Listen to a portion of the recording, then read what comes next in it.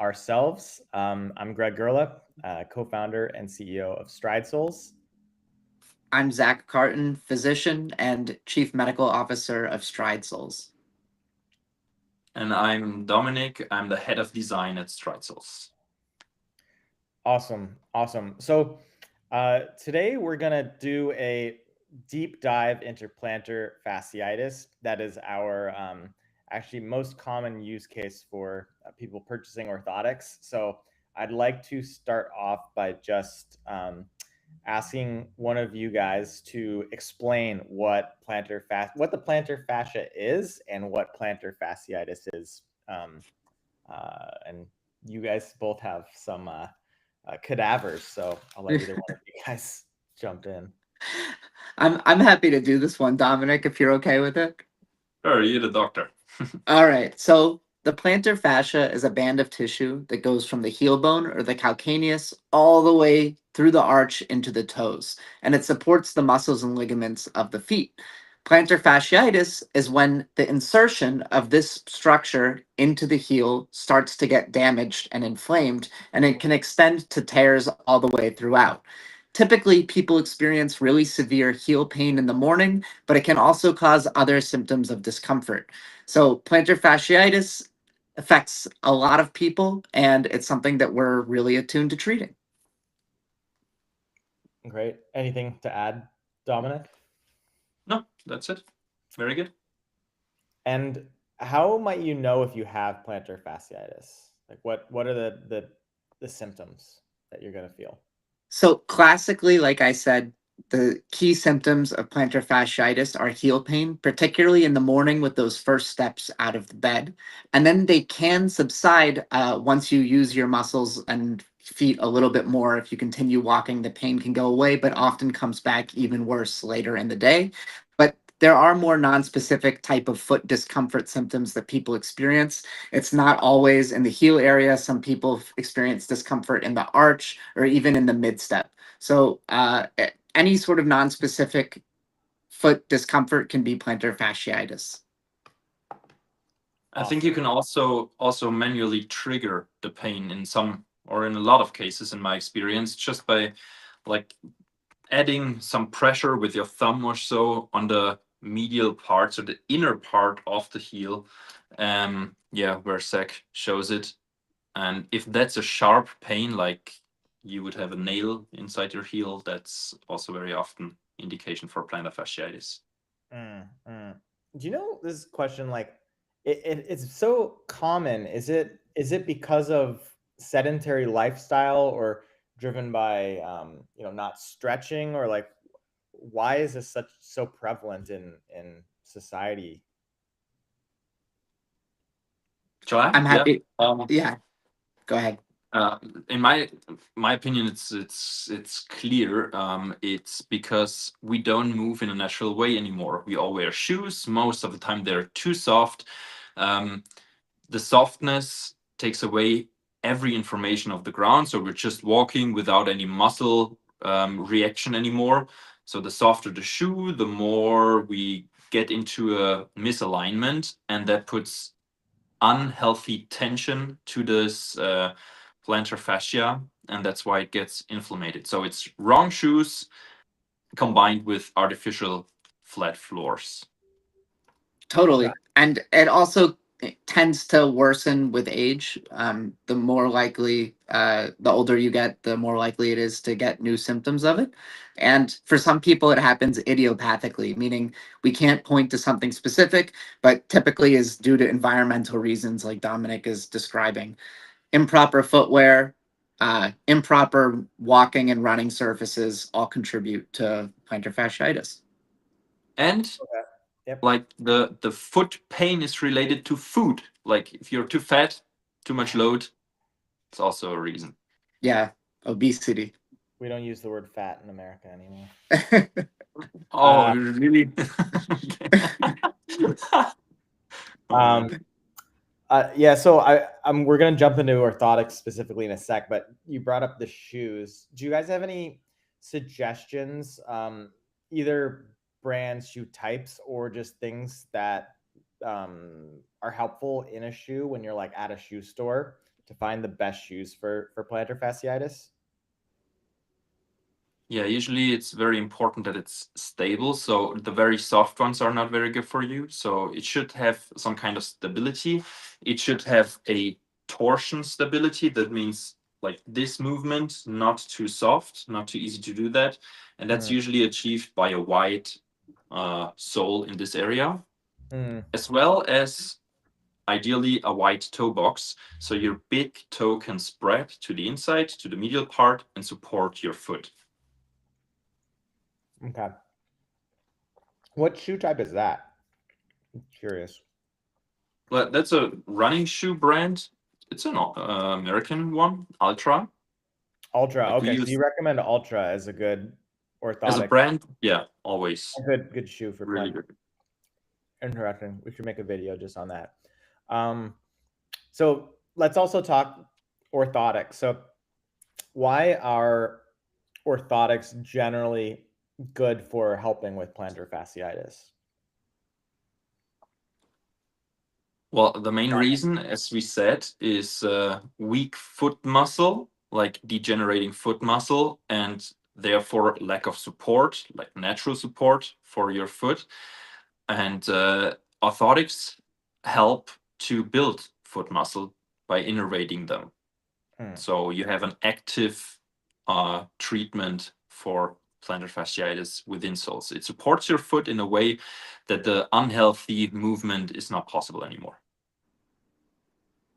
I would only add that while I agree with Dominic, not all insoles are created equally, and there's a lot of design and choice of the shape of the orthotic, how it fits within a person's individual foot, how rigid it is, how soft it is, where the arch support is, that all play a role into how effective the orthotic is for treating plantar fasciitis. And I know Dominic has an example of a very highly effective orthotic, and I have some example of some over-the-counter insoles that, even though they claim to help with plantar fasciitis, I would recommend staying away from them. Uh, sure. So Dominic, you have one of our Stride Soles plantar fasciitis models right here, and yeah, everyone can see this is with no top layer on, so you can see exactly what's going on in the orthotic. Yeah, so we can put a top layer on, but just Yeah, that's without what it. we usually do, but it's like fresh off the printer. And this orthotic has some elements that are very good for plantar fasciitis. So first, let's start. Again, let's remind, this is a plantar fascia. Mhm. So if it's inflamed, we first have to make sure that the unhealthy movement is taken away and the load is taken away off the plantar fascia. And you all can imagine walking stretches the foot and then stretches the plantar fascia as well, as you can see here, because the medial arch sets, right? So what we have here is a custom built arch support that's a little higher than with other insoles. It's a little higher, but at the same time, it's a bit thinner as well. So by this, we stabilize the medial arch by leaving enough space for the plantar fascia to not be triggered. So no pressures added to the plantar fascia. We support the foot in a way, or trigger it or stimulate it in a way that's only a gentle adjustment from the side without adding pressure to the plantar fascia. So that's the first element, is the thin but very high arch support and a lot of space for the plantar fascia here to go around. And the other one is a little increased heel. So we have a little heel wedge. You can't see it here, unfortunately, but it's built inside that insole. By increasing the heel, we also take off tension of the plantar fascia. So these are two of many different elements, especially for plantar fasciitis. Okay, so I've got the list here of things, and I'd like to go through them specifically, and you can kind of explain if between us, like if there's not an item that you think is like actually there. We'll remove it from the video, but I have the groove-shaped recess over the plantar fascia. Can you talk Yeah. about that? Like explain what it is, why we have it, and that. I'm not like Zach. Do you have an insole with the arch support by at hand that you can show so we can compare? No, not ours. Another Oh, one, like yeah, from hold a. on. One sec.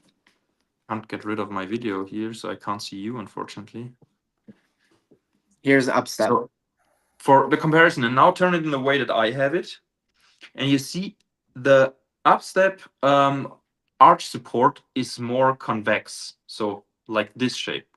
We have a shape like a ramp, like a skateboard ramp, right? Mm. You see the curvature of the Upstep is more like this. Ours is more like this. That's the groove shape. Because what the Upstep in this case does, it actually adds more pressure on the plantar fascia, increasing the tension. Is that can you see that, Greg? Yeah, The It's difference? more like, yeah. So this is the groove shape that we meant.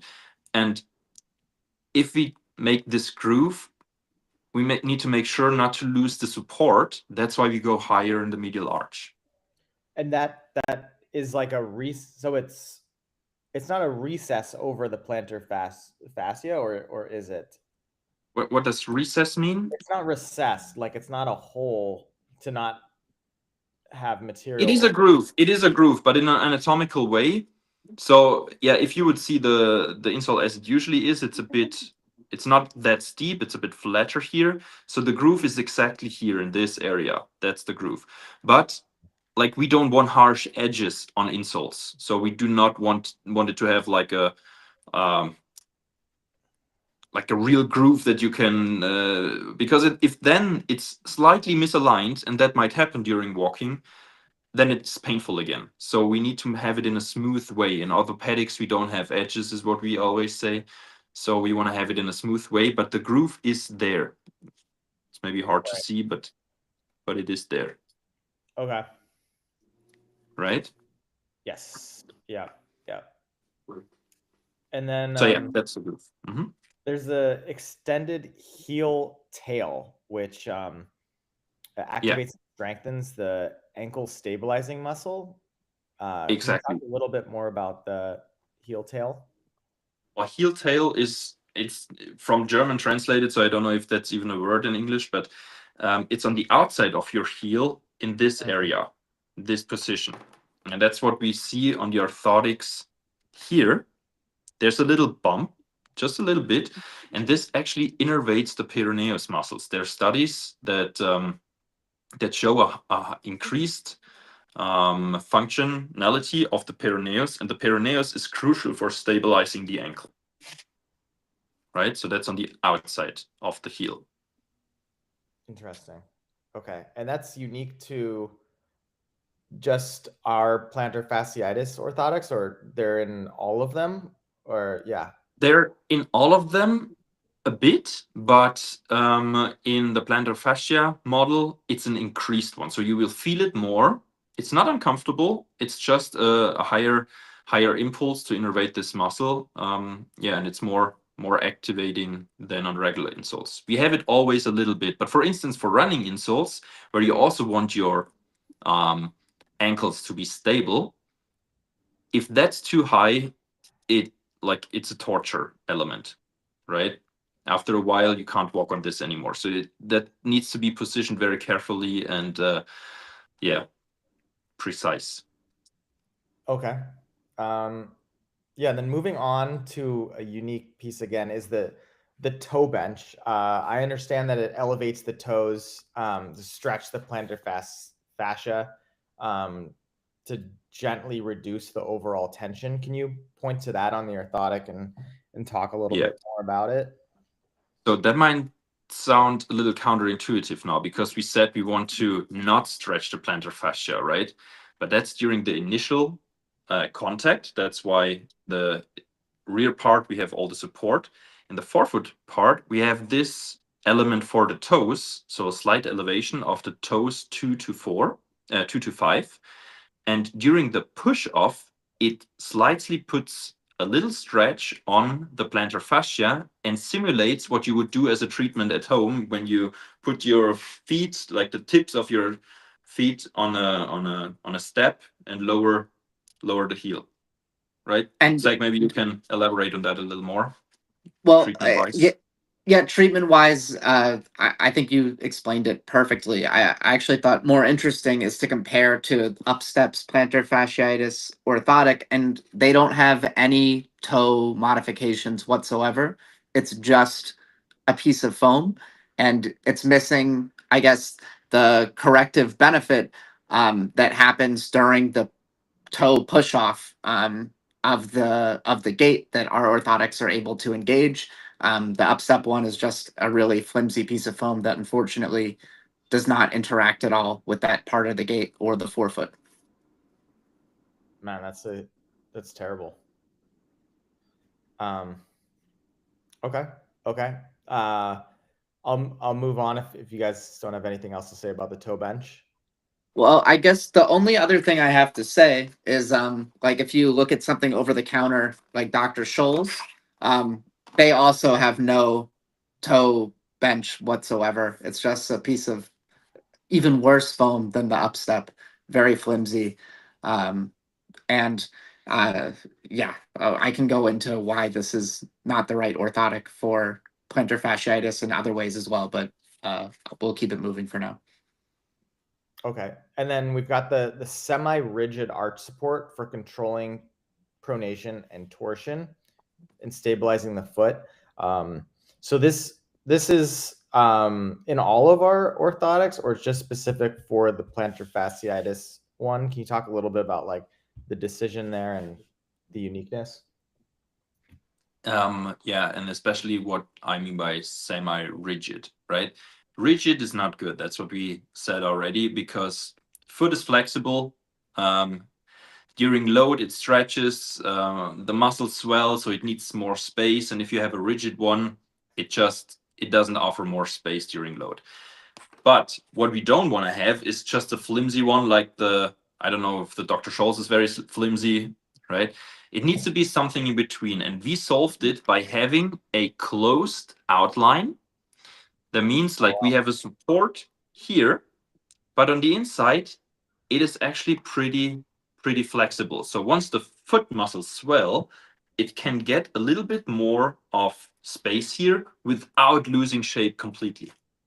That's what I mean by semi-rigid. So remember before we said the plantar fascia needs space, but we need to increase the medial arch so it doesn't collapse more. So it's a gentle support from the side and not from the bottom.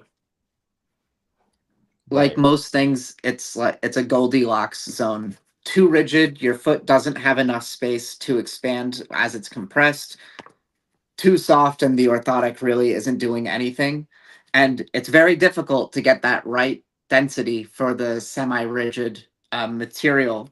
But our 3D printing strategy uniquely allows for it, which is one of the things that sets our orthotics apart from even other custom insoles that are just made from a really strong plastic material covered by a piece of foam. Right. Okay. And lastly, I don't know if we explicitly discussed this, is the heel height, the increased heel height. So by elevating the heel, it pulls on the tendon to reduce.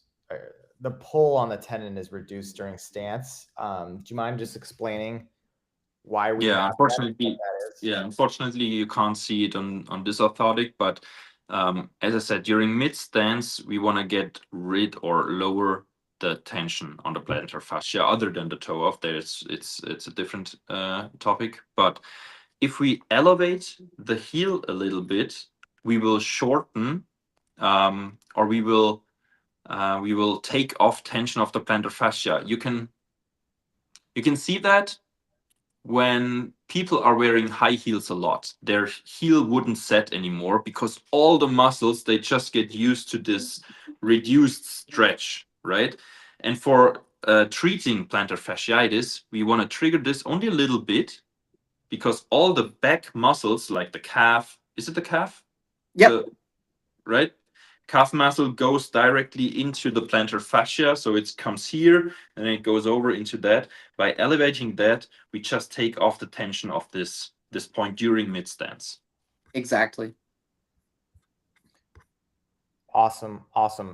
Yeah, so it seems like we've got a number of items, 5 items here: the groove-shaped recess over the plantar fascia, extended heel tail, toe bench, having it be semi-rigid support, and then the increased heel height. Those 5 things are what make Stride soles unique versus our other orthotics, and definitely unique over other competitors. So this has been proven over thousands and thousands of pairs to improve the condition for our patients.